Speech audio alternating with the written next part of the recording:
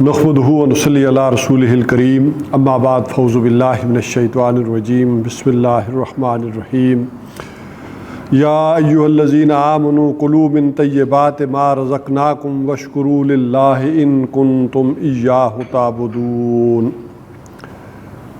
انما حرم علیکم المیتۃ والدم ولحم الخنزیر وما أہل بہ لغیر اللہ فمن اضطر غیر باغ ولا عاد فلا اثم علیہ ان اللہ غفور الرحیم صدق اللہ العظیم رب اشرح لی صدری ویسر لی امری واحلل عقدۃ من لسانی یفقہوا قولی آمین یا رب العالمین۔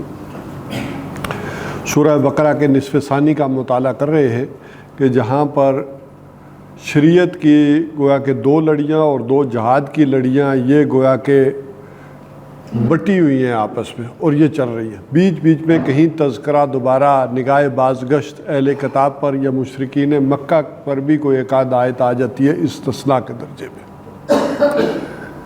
تو یا ایھا الذین آمنوا کلوا من طیبات، اے وہ لوگوں جو ایمان لائے ہو کھاؤ پاکیزہ چیزوں میں سے ما رزقناکم، جو کچھ ہم نے تمہیں روزی دی ہے، رزق دیا اس میں سے کھاؤ، واشکروا للہ، اور شکر کرو اللہ کا۔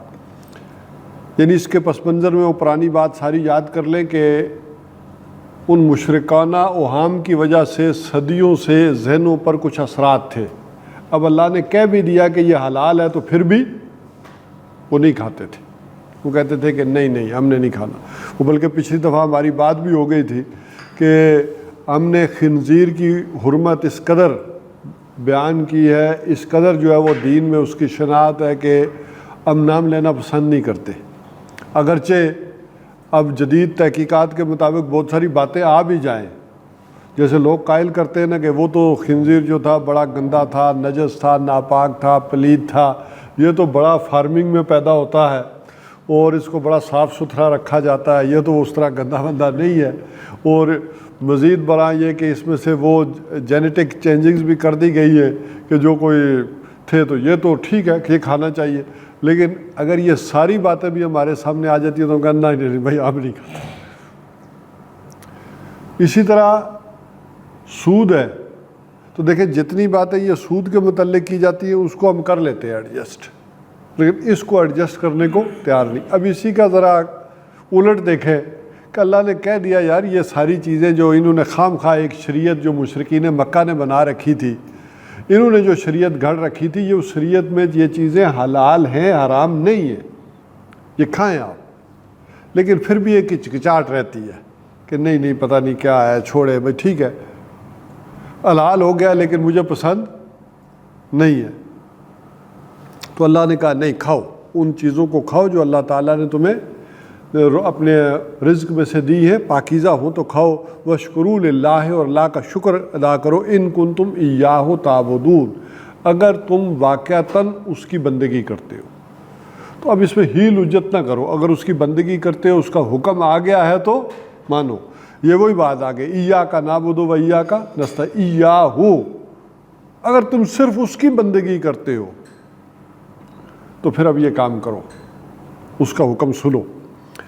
اللہ نے جو حرام کیا وہ بڑا واضح ہے، انما حرم علیکم المیتۃ، اللہ تعالیٰ نے حرام کیا ہے تم پر مردار۔ اچھا مردار کی آگے بہت ساری قسمیں جو سورہ مائدہ میں آ جائیں گی، کوئی سورہ بقرہ میں بھی آ گئی، اور وہ کون سی قسمیں ہیں، وہاں 4 قسمیں آ گئی کہ مردار کی ایسی قسم بھی ہے کہ جو گلا گھٹ کر مر جائے، کوئی زنجیر بندی تھی اسی میں وہ چکر کھاٹتا رہا، کوئی گر گیا تو اسی میں پھنس کر جتنا نکلنے کی کوشش کرتا رہا، بل اور پڑتے گئے اور گلا گھٹ کر مر گیا۔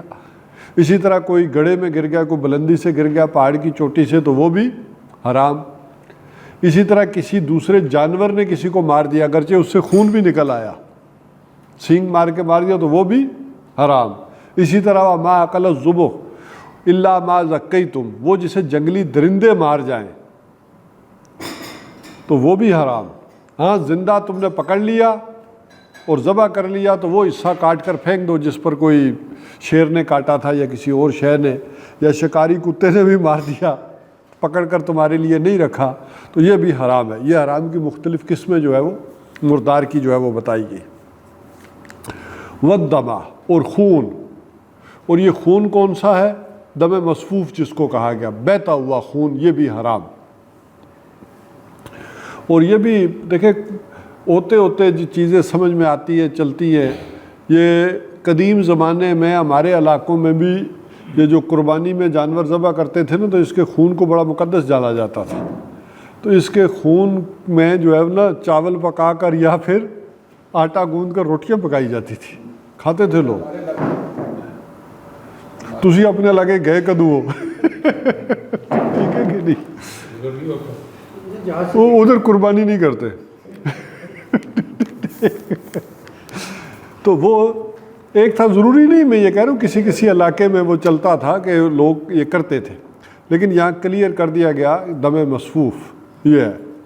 لیکن آج اس کی جدید شکلیں، پھر بات کھلے گی تو پھر اور ہو جائے گی۔ آج جتنی مرغیاں ذبح کی ہوئی آپ کھاتے ہیں تو اس کا خون بعد میں وہ مرغی والے تو بیچتے ہیں نا، تو پھر غذائی اجناس کے طور پر اس کا کاروبار بھی ہوتا ہے، اس کے کیا کہتے ہیں فیڈیں بھی بنتی ہیں، وہ آتا ہے کھایا جاتا ہے۔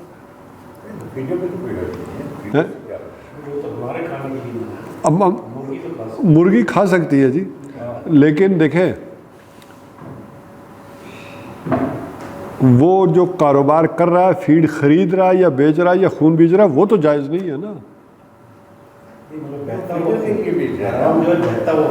ہاں تو وہ جب وہ بہنا بند کر دے، خشک ہو جائے تو پھر کھا سکتے ہیں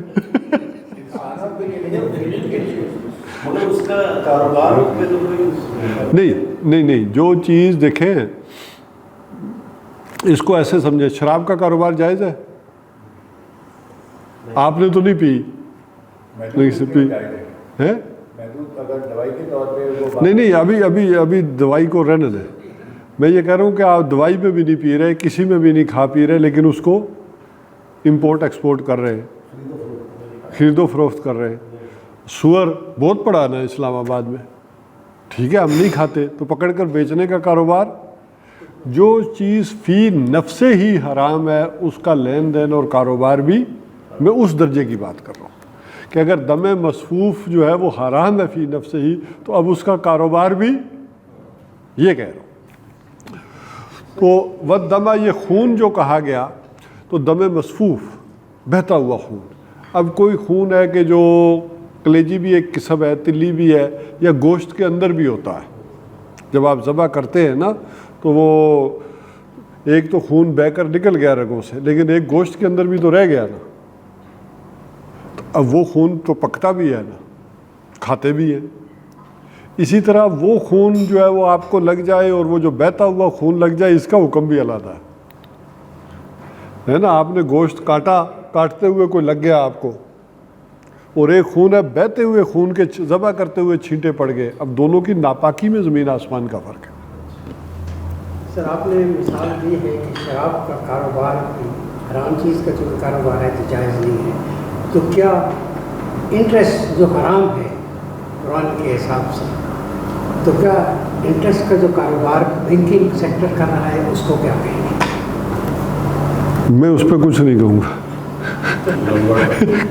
نہیں، جب سود کا حرام ہے تو اس پر انٹرسٹ کا، سود جو ہے نا سر، سود تو حرام ہے ہی نہیں، ربا حرام ہے، تو سود حرام نہیں ہے، یہ ویسے ہی ہم نے بنا لیا ہے کہ انٹرسٹ اور یہ وہ، ربا حرام ہے۔ ربا کیا چیز تھی؟ وہ الگ چیز تھی، چلے جو بھی تھا دفع کریں اس کو ٹھیک ہے۔ ہاں، وَلَحْمُ الْخِنْزِيرِ، اور خنزیر کا گوشت بھی حرام ہے۔ وَمَا أُحِلَّ بِهِ لِغَيْرِ اللَّهِ، اب یہاں یہ بات دوسری آ گئی کہ یہ تو چیزیں فزیکلی سامنے کی، ایک چیز ہے حلال ہے لیکن معنوی اعتبار سے حرام ہو گئی۔ اب آپ کسی کو سود سمجھیں یا کسی کو ربا سمجھیں یا ربا کو سود سمجھیں تو وہ ایک علیحدہ بات آ گئی۔ تو سود تو ہم ترجمہ کرتے ہیں نا کہ یہ اس کا اردو ترجمہ ہے سود، تو اس اعتبار سے اگر کہیں گے تو وہ بات اور بن جاتی ہے۔ ویسے جیسے ہم کہتے ہیں کہ نماز پڑھو، تو نماز کا ذکر تو کہیں قرآن میں نہیں ہے، ٹھیک ہے کہ نہیں؟ تو آپ سے میں کہوں چلیں نماز پڑھنے، تو آپ کہیں نماز کو کدھر سے لے آؤ، نماز کا تو کوئی ذکر نہیں ہے، کہیں نہیں لکھا ہوا، تو صلاۃ ہے، ٹھیک ہے، صلاۃ اور نماز برابر نہیں ہے؟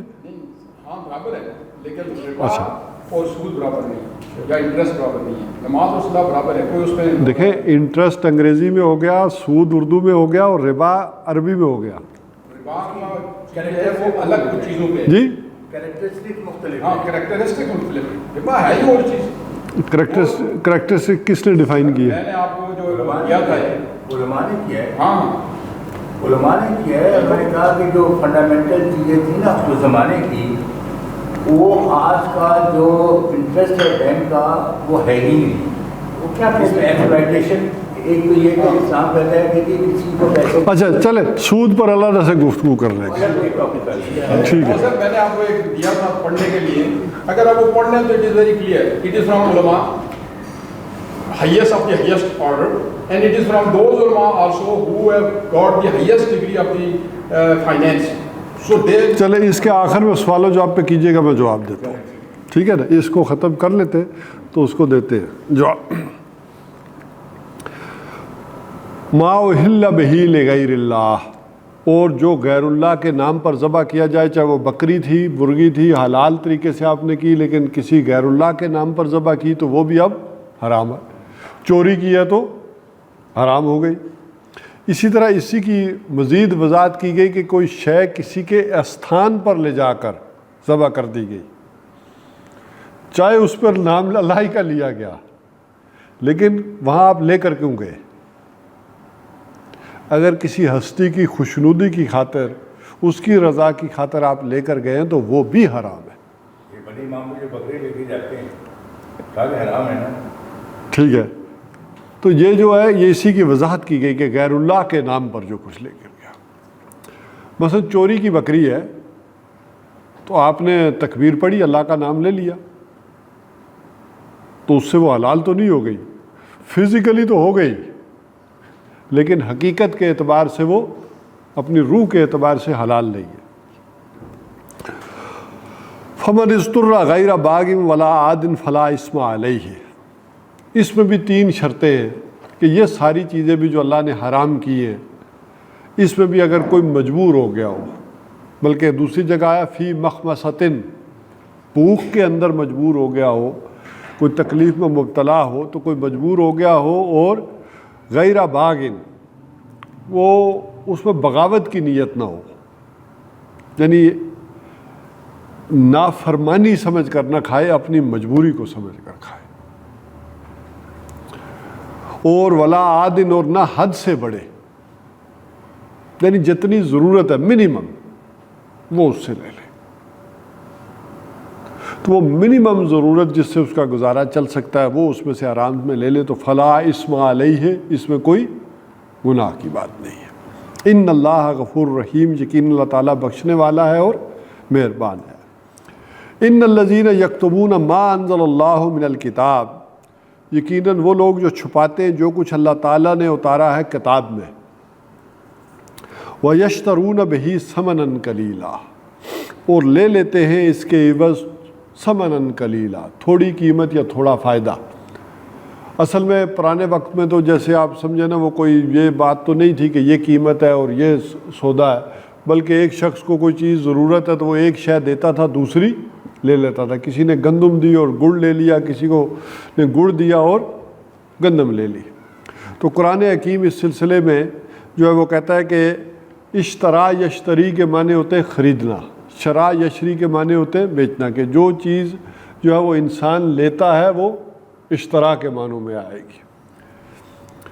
تو یشترون بہ ثمنًا قلیلا, تو لے لیتے ہیں پھر کیا اس کے عوض تھوڑا فائدہ وصول کر لیتے ہیں, تھوڑی قیمت وصول کر لیتے ہیں. اولئک ما یاکلون فی بطونہم الا النار, یہ وہ لوگ ہیں کہ جو نہیں بھر رہے ہیں اپنے پیٹوں میں مگر آگ, یعنی آگ کھا رہے ہیں. ولا یکلمہم اللہ یوم القیامہ, اللہ تعالیٰ ان سے قیامت کے دن کلام نہیں کرے گا. ولا یزکیہم, اور نہ ان کا تزکیہ کرے گا, یعنی انہیں پاک نہیں کرے گا. اب ظاہر بات ہے کہ جو لوگ یہ ساری حرکتیں کر رہے ہیں تو تزکیہ کا یہاں کیا مطلب ہے؟ تزکیہ تو دنیا میں ہوتا ہے, وہاں تزکیہ کا مطلب ہے کہ وہ پاک صاف ہو کر جنت میں جائیں. اگر عادتیں ایسی بری رہی, خراب رہی, تو آپ جنت کا ماحول بھی خراب کر دیں گے. تو جنت جیسی پاکیزہ شے کے لیے بھی کیا ہے کہ آپ کی تربیت ہو جائے، جو آپ کی مستی ہے وہ ذرا دوزخ میں نکال دی جائے، کوئی تکبر ہے، کوئی غرور ہے، کوئی چیزیں ہیں وہ آپ کی پھینٹی لگے اور وہ ساری چیزیں وہاں نکلیں اور پھر جا کر وہاں ہوں۔ تو اللہ تعالیٰ جن لوگوں کا تزکیہ کرے گا تو مطلب کیا ہے کہ انہیں تھوڑی بہت کوئی تھی بھی بات، کوئی گناہ کیا بھی تھا تو وہ صاف کر کے جنت میں داخل کرے گا۔ وَلَهُمْ عَذَابٌ عَلِيمٌ، اور ان کے لیے ہے دردناک عذاب۔ اولئک الذین اشتروا الضلالۃ بالہدی، یہ وہ لوگ ہیں کہ جنہوں نے خرید لیا ہے گمراہی کو بالہدا، بدلے ہدایت کے، ہدایت دے کر، یعنی ایک چیز دی ایک لی تو ہدایت دی اور گمراہی جو ہے وہ خرید لی۔ والعذاب بالمغفرہ، اور عذاب کو خرید لیا ہے مغفرت کے بدلے میں، بخشش کے بدلے میں عذاب کو خریدا ہے۔ فما اصبرہم علی النار، تو بڑا ہی حوصلہ ہے، بڑا ہی صبر ہے ان کا آگ کے اوپر، یعنی بڑی ہمت کی بات ہے کہ آگ کے سودے کر رہے ہیں، آگ خرید رہے ہیں۔ ذالک بان اللہ نزل الکتاب بالحق، یہ اس وجہ سے ہے کہ اللہ تعالیٰ نے کتاب اتاری ہے حق کے ساتھ، سچ کے ساتھ، یعنی یہ اتنی بڑی سزا جو پیچھے بتائی جا رہی ہے کہ ان کے اوپر جو ہے وہ عذاب ہوگا، دردناک عذاب ہوگا، اور کس کس وجہ سے ہوگا، یہ اس وجہ سے ہے کہ اللہ تعالیٰ نے یہ باتیں حق کے ساتھ واضح کر دی ہیں۔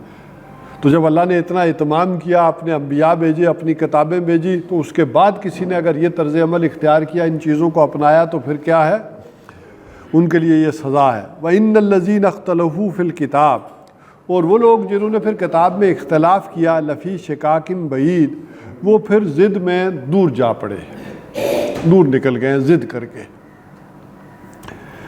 یعنی اس سے مراد اہل کتاب زیادہ ہے، یعنی ان یہودیوں کو تو پتہ ہے سارا کچھ، یہ اہل کتاب ہے، انہیں حضور صلی اللہ علیہ وسلم کی پیشن گوئیاں ان کے پاس موجود ہیں، اس قرآن کی ہیں، اس کعبے کی ہیں، لیکن اگر انہوں نے بھی اختلاف کیا ہے تو یہ پھر ضد میں آ کر کیا۔ قرآن حکیم میں مختلف جگہ پر یہ بات آئی ہے کہ لوگ اختلاف کرتے رہے ہیں، لیکن کسے بغیم بینہم، ضدم زدہ میں آ کر کہ یہ بات انہوں نے کی ہے تو ہم کیوں جو ہے وہ مانیں، یہ بات اس نے قبول کر لیا تو میں کیوں قبول کروں۔ اچھا، یہ ضد بضد نیچے بھی ہوتی ہے، آپ کا کسی سے شریکہ ہے، کسی سے ذرا ٹکر ہے، وہ ایک پارٹی میں چلا گیا تو دوسری پارٹی آپ کو چاہے ناپسند بھی ہے، آپ جائیں گے اس میں، کیونکہ یہ جو ادھر گیا ہے آپ دوسری پارٹی کو سپورٹ کریں۔ تو یہ ضدم زدہ انسان کے اندر آتی ہے، یہ پریشانی ہوتی ہے انسان کو۔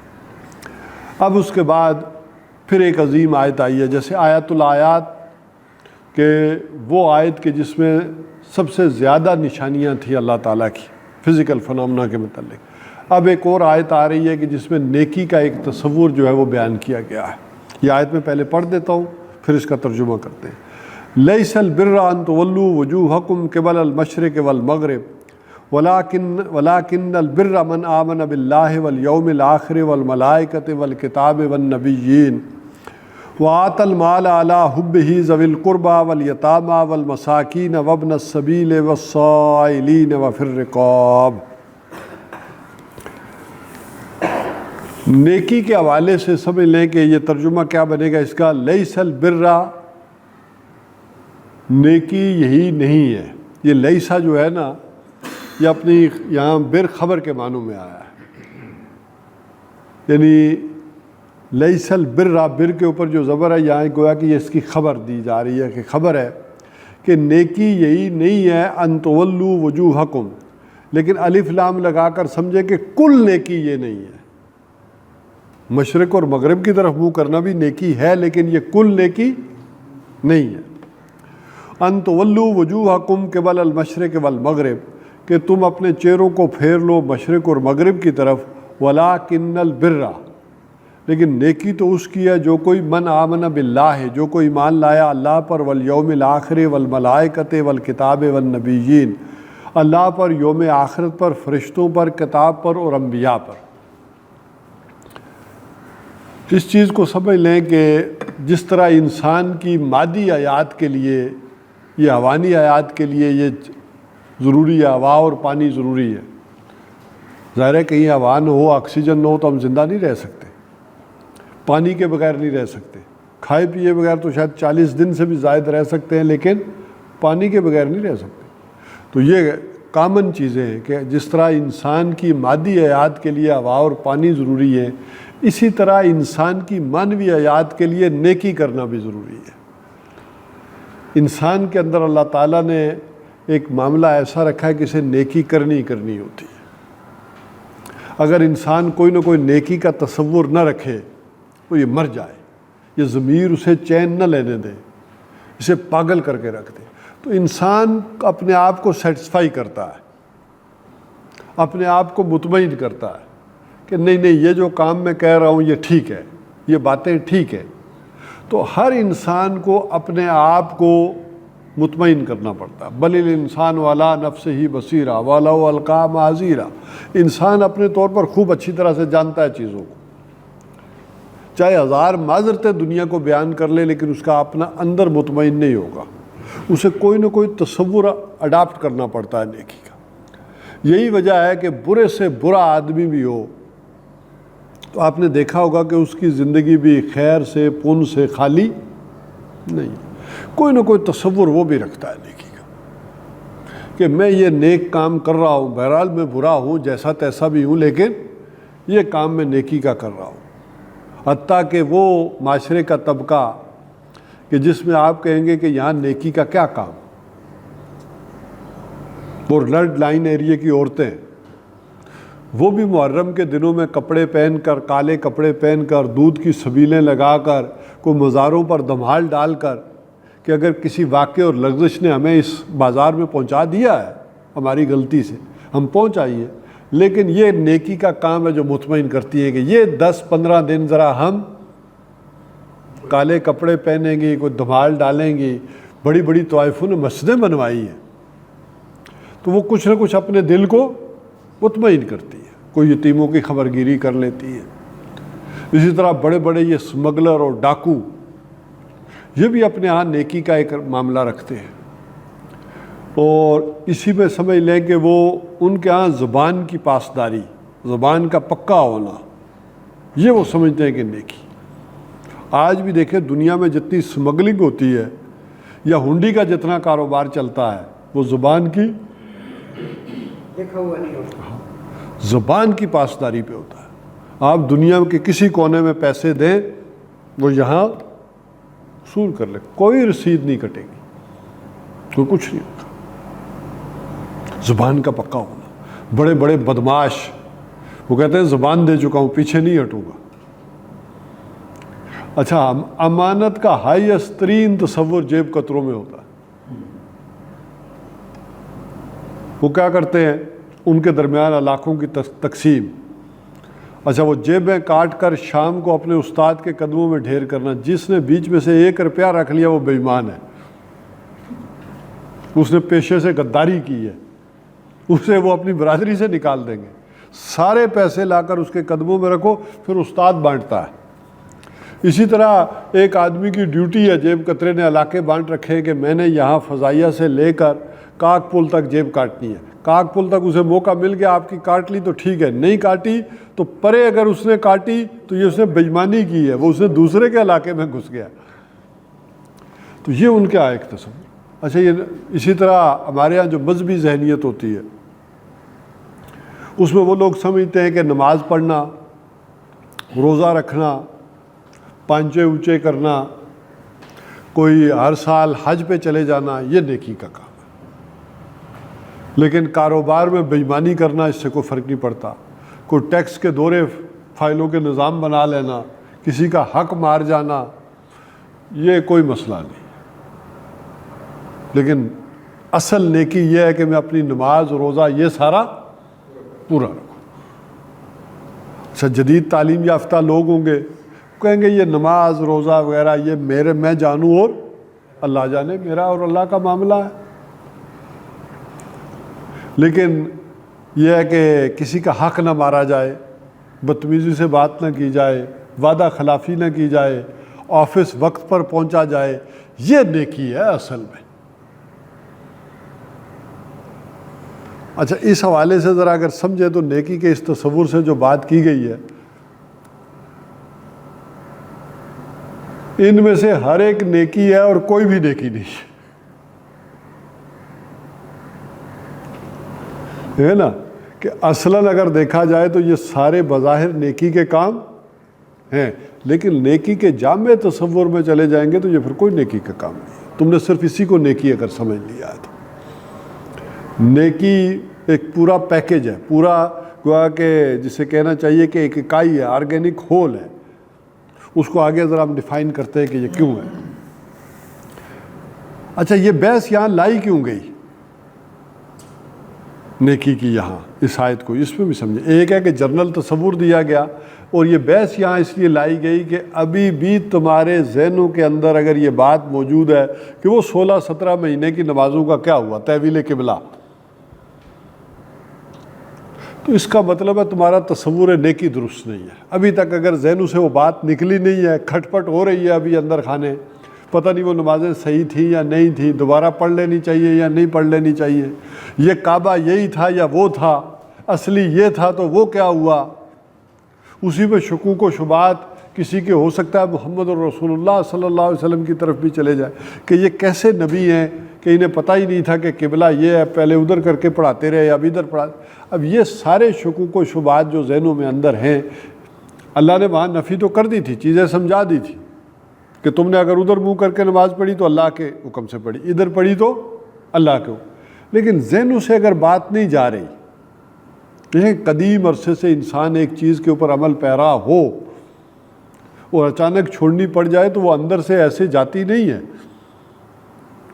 تو اس کا مطلب ہے تمہارا تصور بر درست نہیں ہے، تصور نیکی صحیح نہیں ہے، اپنے تصور اس نیکی کو صحیح کرو۔ بہرحال وہ جو بات میں نے کہی وہ اس کے بیچ میں بھی آ جائے گی۔ لیس البر، بر کسے کہتے ہیں؟ بر کہتے ہیں خشکی کو، بحر و بر، بحر سمندر اور بر خشکی۔ آپ کو معلوم ہے کہ انسان جب سمندر میں ہوتا ہے یا ہوا میں بھی ہو تو ایک اطمینان کی کیفیت اسے حاصل نہیں ہوتی، جہاز ڈول رہا ہوتا ہے، اور جو ہی قدم وہ اپنا خشکی پر رکھتا ہے تو اسے ایک اطمینان حاصل ہو جاتا ہے۔ آپ ایئرپورٹ پر جب جہاز لینڈ کرتا ہے نیچے اترتے ہیں تو ایک خشکی پر جب پاؤں رکھتے ہیں تو ایک اطمینان حاصل ہوتا ہے کہ میں خیر و عافیت سے زمین پر اتر آیا ہوں۔ تو جس طرح انسان کو ایک اطمینان حاصل ہوتا ہے خشکی کے اوپر اتر کر، اسی طرح نیکی کر کے بھی اسے ایک سیٹسفیکشن حاصل ہوتی ہے۔ تو بہرحال اس کا پس منظر میں وہ بات آ گئی۔ اب آ کے اللہ تعالیٰ نے کہا دیکھو یہ کوئی نیکی نہیں ہے کہ تم اپنا مشرق اور مغرب کی طرف منہ کر لے، تم نے ساری نیکی اسی کو سمجھ لیا ہے۔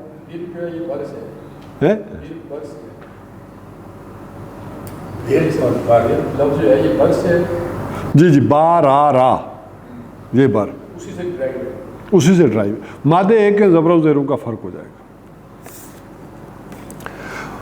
بلکہ وہ جب ہم ذرا آگے پڑھیں گے تو بات آ جائے گی۔ یہاں لیس البر ہے، وہاں آگے ذرا ایک رکوع جب ہم آگے جائیں گے تو وہاں آ جائے گا لیس البر بان تأتوا البیوت بابوابہا، یہ کوئی نیکی سرے سے نیکی نہیں ہے۔ یہاں بر آیا جیسے میں نے کہا خبر کے درجے میں آیا، وہاں وہ مصدر کے معنوں میں آئے گا تو وہاں آئے گا لیس البر بان تأتوا البیوت، ہاں کہ یہ سرے سے ہی نیکی نہیں ہے کہ تم اپنے گھروں میں داخل ہو ان کے پچھلے دروازے سے، یعنی وہ تو گویا کہ نیکی ہے ہی نہیں۔ تو یہ بھی فرق پڑتا ہے، الفاظ وہی ہیں لیس البر اور لیس البر، تو دیکھیں زمین آسمان کا فرق پڑ گیا۔ تو لیس البر ان تولوا وجوہکم قبل المشرق والمغرب ولکن البر من آمن باللہ، نیکی تو اس کی ہے کہ جو کوئی ایمان لایا اللہ پر، یوم آخرت پر اور فرشتوں پر، کتابوں پر اور انبیاء پر۔ اصل میں اس کے پیچھے موٹیویٹنگ فورس کون سی ہے، نیکی کیا ہے؟ یہ بھی دیکھ لیں کہ ہم دنیا میں مجبور ہیں کہ ہم یہ فیصلہ کرتے ہیں کہ یہ کام نیک ہے اور یہ کام بد ہے، یہ اچھا ہے اور یہ برا ہے۔ ہم چونکہ محدود ہماری سوچ ہے، محدود ذہن ہے، اس کے مطابق تو ہم یہ فیصلے کرتے ہیں کہ یہ ٹھیک ہے یہ غلط ہے۔ بلکہ اس سے بھی اوپر ہم خود ذرا دیکھیں کہ باتیں کرتے ہوئے کہتے ہیں کہ یہ آدمی تو ٹھیک نہیں تھا لیکن یہ والا کام اس نے بڑا اچھا کیا، کہتے ہیں کہ نہیں؟ آدمی بڑا برا تھا, ٹھیک نہیں تھا, لیکن یہ کام اس نے بڑا نیک کیا, بڑا اچھا کیا.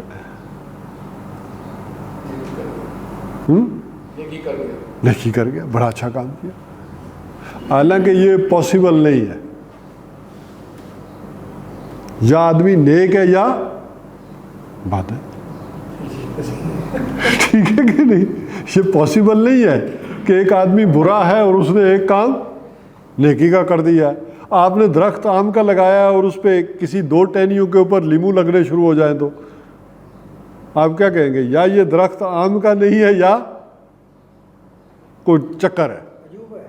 ہاں, کوئی چکر ہے. یہ جو اس کے اوپر لیمو لگنے شروع ہو گئے ہیں, یہ ٹھیک نہیں ہے. بات بندہ برا تھا, بیچ میں ایک ٹہنی پر لیمو لگ گیا. لیمو کا درخت تھا, ایک ٹہنی پر آم لٹک گیا. کیا وجہ کیا ہے؟ وجہ یہ ہے کہ اصل میں پیچھے موٹیویٹنگ فورس کون سی ہے. اس نے یہ نیکی کی ہے تو کیوں کی ہے؟ وہ کوئی مقصد ہوگا اس کا.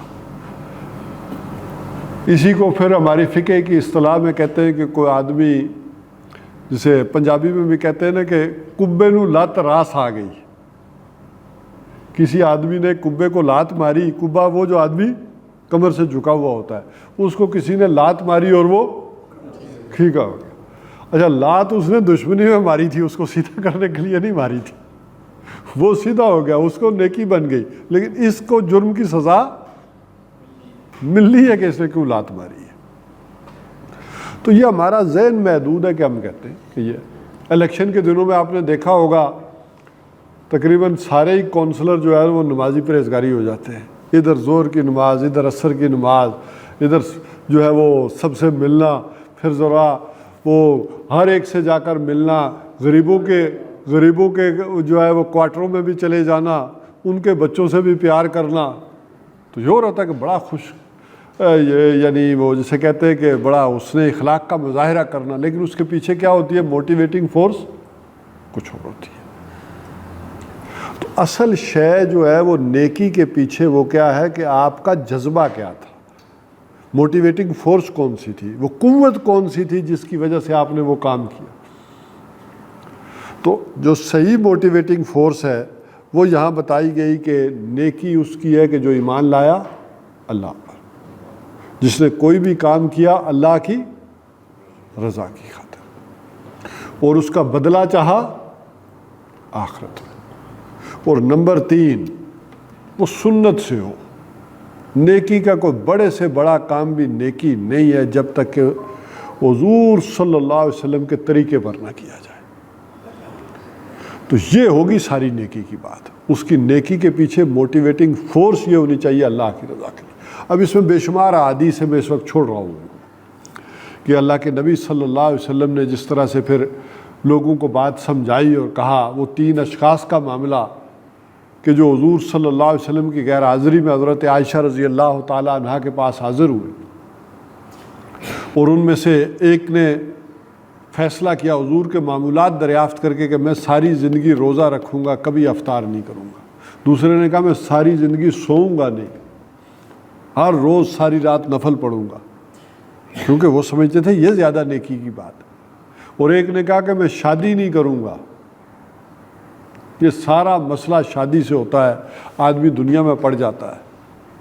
تو حضور صلی اللہ علیہ وسلم کو جب معلوم ہوا تو آپ نے کہا نہیں, میں سوتا ہوں اور سوتا نہیں بھی ہوں, میں روزہ رکھتا ہوں اور روزہ نہیں بھی رکھتا. نفلی روزوں کی بات ہو رہی ہے, اور میری گھر گرہستی بھی ہے, بیوی بچے بھی ہیں. تو کسی جیسے حضور نے فرمایا ایک عالم سے پوچھا جائے گا, ایک شہید سے پوچھا جائے گا, ایک سخی سے پوچھا جائے گا کہ تم نے دنیا میں کیا کیا. تو جب ایک شہید سے پوچھا جائے گا تو وہ کہے گا کہ اللہ میں اور کیا کرتا, میں تیری خاطر لڑا, جان دی. تو اللہ کہیں گے نہیں, تو اس لیے لڑا کہ لوگ کہیں کہ یہ بڑا بہادری سے لڑا تھا, بڑا بہادر آدمی تھا. اور لوگوں نے یہ کہا اب جاؤ. فرشتوں سے کہیں گے اس کو سر سے پکڑو اور جہنم میں پھینک دو. سخی سے کہیں گے ہاں بھائی تم نے کیا کیا, اتنی دولت دی تھی, میں نے لنگر چلائے, تیری خاطر بڑی صدقے خیراتیں کی. اللہ کہے گا تو نے اس لیے کیا, تیرے پیچھے نیت کیا تھی کہ لوگ تجھے کہیں بڑا سخی ہے, پھینکو اس کو بھی جہنم میں. ایک عالم سے پوچھا جائے گا بھائی تم نے کیا کیا, میں نے بڑے درس دیے, بڑا لوگوں کو دین کی تعلیمات دی. اللہ کہے گا نہیں، یہ تو نے میرے لیے نہیں کیا، اس لیے کیا کہ لوگ کہیں کہ کتنا بڑا عالم ہے، یہ ہو گیا، اب میرے پاس کچھ نہیں ہے اس کا اجر، اس کو بھی جہنم میں ڈال دو۔ تو یہ ہے اس موٹیویٹنگ فورس کا اصل معاملہ کہ یہ پیچھے ہو۔ ظاہر بات ہے کہ یہ کسی کی نیت پر، کسی کے اس جذبے کو ہم کو چیلنج نہیں کر سکتے، ہمیں نہیں پتہ اس کے پیچھے کیا جذبہ ہے، یہ تو اللہ تعالیٰ کو معلوم ہے۔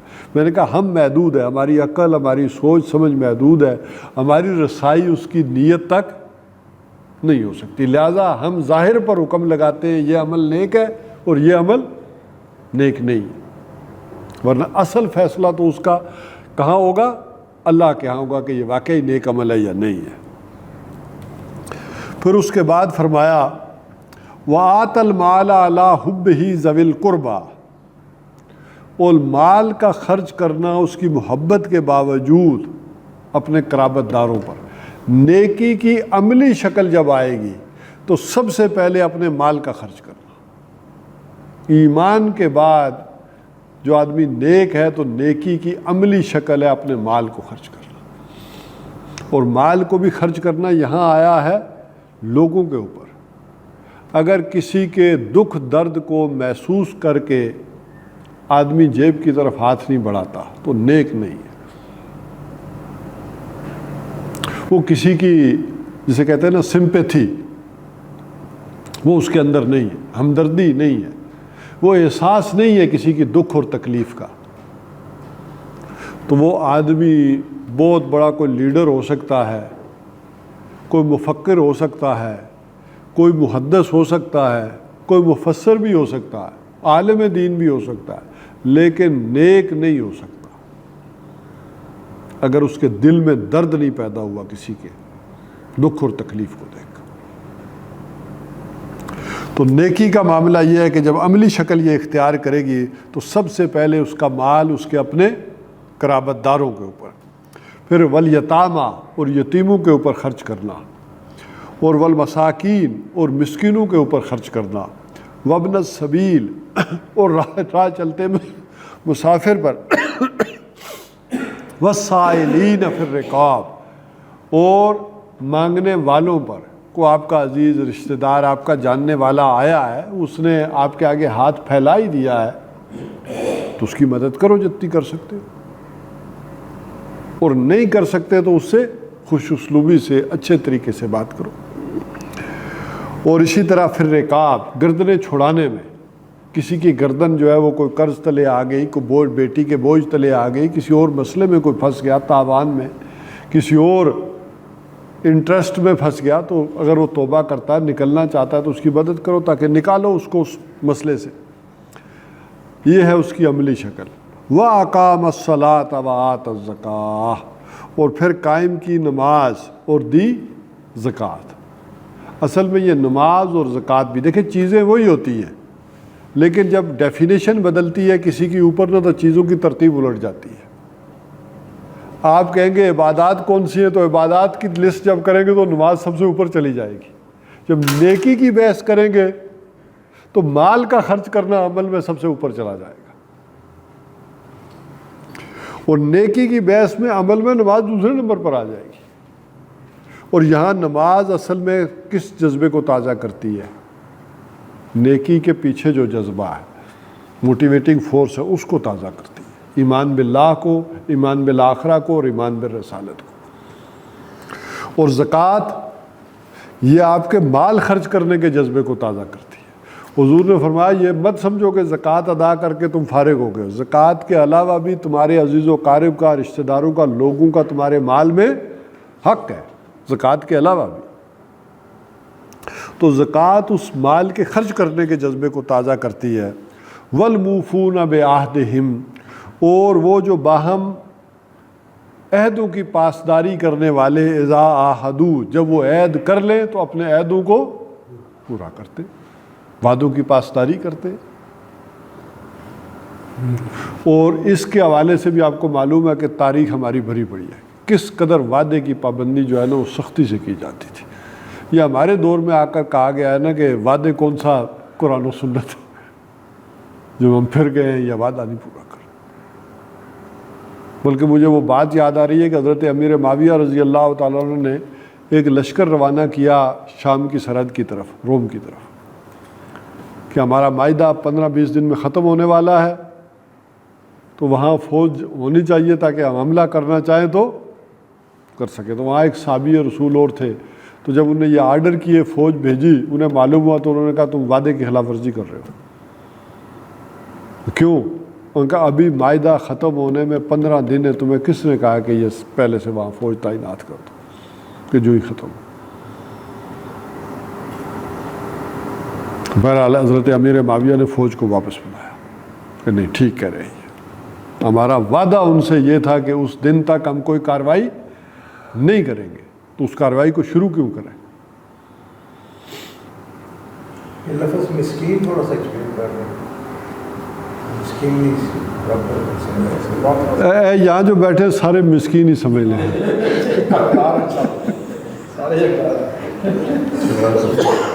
ٹھیک ہے، ہاں، مسکین وہ آدمی ہے سوائے تو ہاں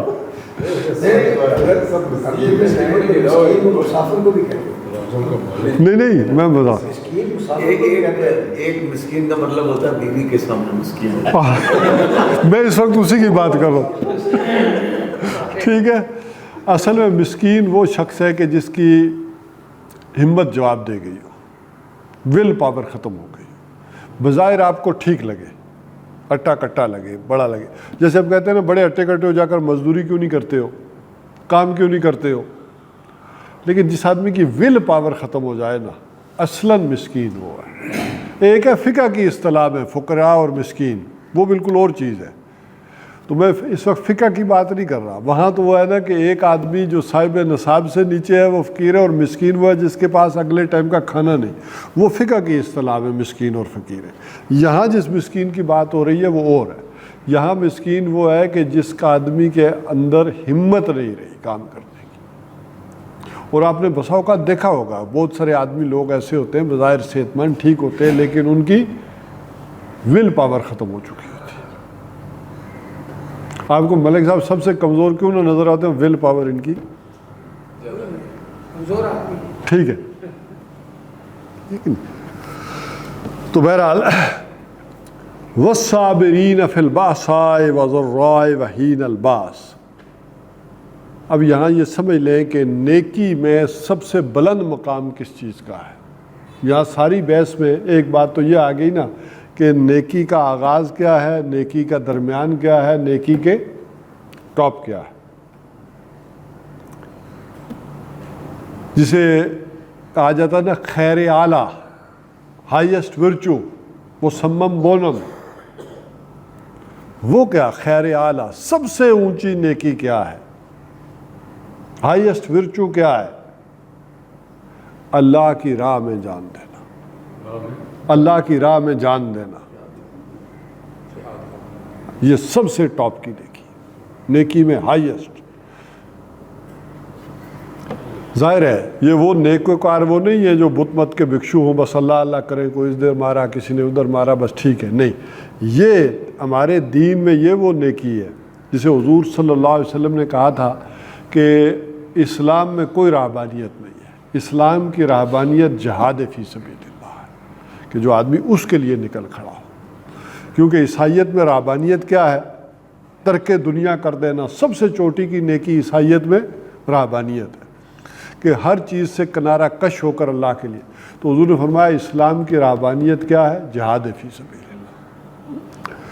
تو وہ لوگ والصابرین، یہ چونکہ صابرین کے اوپر بھی زبر آئی ہے کہ اس عمل کے نتیجے میں صبر کرنے والے، اللہ کی راہ میں نکلنے والے، اللہ کی راہ میں جدوجہد کرنے والے، اس نتیجے میں جن پر کوئی تکالیف آئیں، مشکلات آئیں، صبر کرنے والے، فی الباساء والضراء، باس کہتے ہیں ظاہری تنگی تکلیف کو، فقر و فاقہ، اس میں مالی مشکلات جو آتی ہے، والضراء، اور ذرا کہتے ہیں جسمانی تکلیف، دکھ، بیماری، کوئی جنگ کے نتیجے میں کوئی زخمی ہو گیا آدمی، وہ والی، تو صبر کرنے والے خاص کر مالی تنگی میں، دکھ درد بیماری کے اندر، وحین الباس، اور ٹاپ کا صبر کیا ہے؟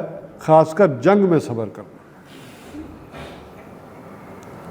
اللہ کی خاطر اگر آپ جنگ کریں تو اس کے نتیجے کوئی اتنے اچھے بھی تو نہیں نکلتے نا، آپ کے مال میں، آپ کی جانوں میں نقصانات تو آئیں گے۔ باقی چلے کوئی نقصان آدمی دکھ بیماری والے اللہ اللہ کر کے کوئی برداشت کر بھی لے گا، لیکن اللہ کی راہ میں جب انسان جنگ کرتا ہے تو اس کے نتائج جو آتے ہیں، اب وہ آدمی کا خود ساختہ فیصلہ ہوتا ہے کہ جائے نکلے تو اس میں زخمی ہوگا۔ ایک ہے کہ بیماری آ گئی، آپ شوگر تھی، پاؤں کٹ گیا، ہاتھ کٹ گیا کسی کا، وہ اور ہے۔ ایک ہے کہ خود میدان میں اتر کر کٹوایا ہے، اس سے بڑا صبر کیا ہوگا۔ اولئک الذین صدقوا، یہ وہ لوگ ہیں جو سچے ہیں اپنے نیکی کے جذبے میں، یہ ہے جو کہہ سکتے ہیں کہ ہم سچے نیکار ہیں۔ وَأُولَٰئِکَ هُمُ الْمُتَّقُونَ، اور یہ وہ لوگ ہیں کہ جو متقی ہیں، پرہیزگار ہیں، جن کا یہ تصور تقویٰ ہے، یہ تصور نیکی ہے۔ جیسے میں نے کہا کہ اس میں پھر ہم وہ ظاہر پر چلے جاتے ہیں۔ ہم دیکھتے ہیں کہ کسی آدمی کی داڑھی بڑی لمبی ہے، خاص سید کا اس نے لباس پہنا ہوا ہے، خاص سٹائل ہے، تو ہم کہتے ہیں کہ یہ بڑا نیک ہے۔ ہم اس کے ظاہر کو دیکھ کر اس کے اوپر فتویٰ لگاتے ہیں یہ نیک ہے۔ اللہ حضور صلی اللہ علیہ وسلم نے بڑی تاکید سے کیا کہا؟ التقویٰ ہاؤنا، التقویٰ ہاؤنا، تقویٰ یہاں ہوتا ہے اندر۔ لیکن ہم مجبور ہیں، محدود ہے ہماری سمجھ، سوچ، نگاہیں، تو ہم کسی کے ظاہر کو دیکھ کر فتویٰ لگاتے ہیں کہ یہ آدمی متقی ہے، چاہے ہم مجبور ہیں، اور ہو سکتا ہے وہ ہو، لیکن اصل تقویٰ اس کے پیچھے کیا ہے؟ یہاں کتنی خدا خوفی ہے، یہاں کتنی خدا ترسی ہے۔ تو یہ وہ لوگ ہیں کہ جو اصلاً متقی ہیں اور پرہیزگار ہیں۔ یہ جی ایک آیت ہماری مکمل ہو گئی، آیا بر۔ تو یہیں پر آج ختم کرتے ہیں۔